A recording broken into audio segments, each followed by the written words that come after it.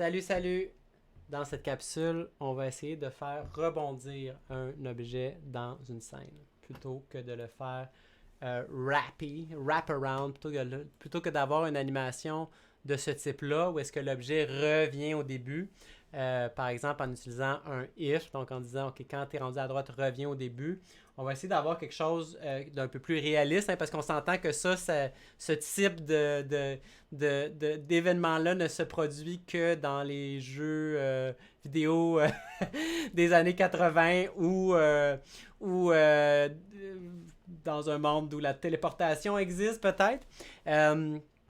Donc, on voudrait ici plutôt faire en sorte que l'objet se mette à retourner et ensuite qu'il revienne. On va commencer par la première étape. On va essayer de faire juste comme, OK, quand il est rendu à droite, est-ce qu'on peut faire qu'il va revenir vers la gauche?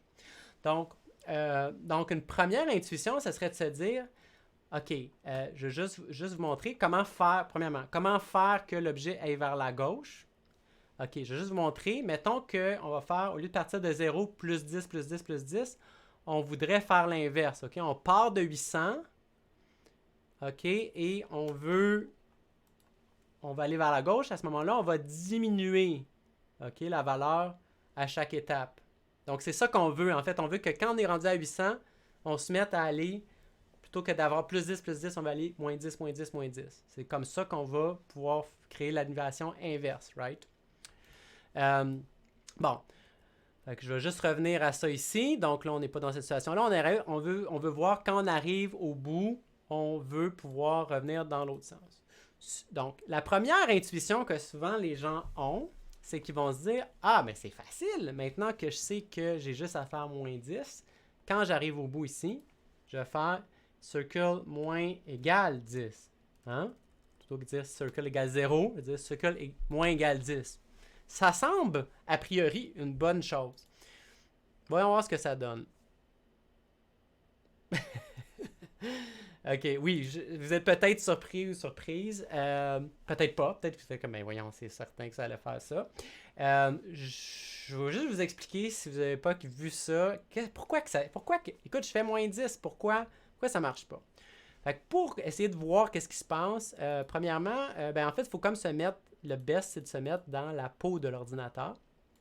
Donc, on va suivre notre petite pastille alors qu'elle se promène dans l'univers de processing. Donc, elle commence à 0. Hein? Puis on va dire que, mettons, ici, c'est notre barre. OK? Elle commence à 0, ensuite 10, ensuite 20, OK? Et éventuellement, bon, les proportions ne sont pas du tout bonnes, on arrive à 780, à 790. Voyons. 790, 800, OK. 190, 800, et là, 800. Est-ce que 800 est plus grand que 8? Est-ce que 800 est plus grand que 800? Non. Hein? 800 n'est pas plus grand que 800. C'est exactement égal. Donc, on va continuer. Plus 10, on arrive à 810. Est-ce que 810 est plus grand que 800? Ah oui. Donc, on est à 810, on fait moins 10. Moins 10, 810, moins 10, 800. On est revenu ici. OK, on continue. Là, peut-être vous commencez à comprendre ce qui se passe. Donc, je refais, j'étais à 800. 800.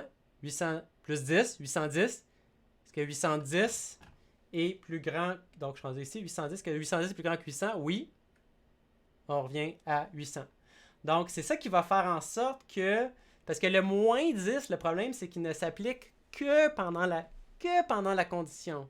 C'est juste au moment où est-ce que la condition est vraie qu'on va faire moins 10. OK? Fait qu'on est pogné avec le même problème. Fait qu'en fait, l'affaire qu'il y a, c'est que ce qu'il faut, c'est qu'il faut être capable de dire à processing, maintenant mon objet est en train de reculer. OK? Peu importe il est où dans l'écran, il est en train de reculer ou il est en train d'avancer.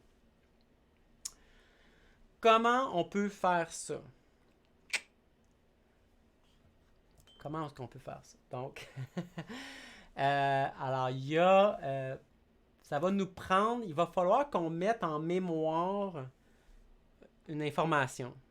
va falloir qu'on sache, on est-tu en train d'avancer ou bedon, on est en train de reculer. OK? Donc, il y a deux façons classiques de le faire. Il y a une façon avec des booléens. OK? On utiliserait une variable booléenne. Donc, soit j'avance si c'est vrai ou soit je recule si c'est faux. Ça serait une façon de faire. Moi, personnellement, je préfère l'autre façon qui utilise une vitesse. OK? Donc, on va avoir une vitesse qu'on va appeler circle speed. Puis, cette vitesse-là, par défaut, elle va valoir 10. Ça, en plus, ça va nous permettre de contrôler à quelle vitesse on veut se déplacer. Puis ici, je vais toujours faire plus égal 10. OK? Bon. Là, ce que je vais vouloir faire, quand j'arrive au bout, OK? Quand j'arrive au bout, là, circle est plus grand que width. Bon, c'est pas bien grave qu'il vient d'être un petit peu plus grand, même s'il est à 810 pendant un moment, il sort de l'écran. Mettons qu'on ajuste les choses. Tant qu'il commence à reculer, je vais être content. Comment je fais pour lui dire, OK, maintenant tu es à reculons? Ben, ce que je vais faire, c'est que je vais dire circle speed. Je vais vouloir inverser mon circle speed. OK, je vais vouloir dire circle speed égale maintenant moins 10. Si je fais ça, l'étape d'après, je vais faire circle x plus égale moins 10. C'est un peu bizarre de dire j'additionne moins 10. Mais n'oublions pas que plus égal, ça veut dire circle x égale circle x plus circle speed qui ici va être rendu à moins 10. Donc, quand on rajoute un nombre négatif, c'est la même chose que d'enlever un nombre. Fait que j'ai pas besoin de mettre de moins égal en faisant plus égal circle speed. Si ma vitesse est rendue négative, ça va être négatif. Si c'est rendu positif, ça va être positif. Ça va aller dans le sens. Fait que de gauche à droite et de négatif de droite à gauche. Fait qu'on va l'essayer. Donc on roule et pac! Effectivement, je reviens. Bon, là, il y a aussi qu'il y a de l'autre bord. Il me reste à régler l'autre bord. Hein. J'ai pas réglé mon affaire. Bon, fait que qu'est-ce que je pourrais faire à ce moment-là? Je pourrais dire à l'inverse, hein, si en fait, je pourrais dire else if circle x est plus petit que 0. Donc, si j'arrive de l'autre côté, ben là, je vais dire circle speed égale 10. Donc, si je suis à droite, inverse. Si je suis à gauche, avance. Remets-toi dans le bon sens. Et ça va me permettre de faire mon magnifique bounce. Mon magnifique rebondissement. Ouais! Bravo! Bon.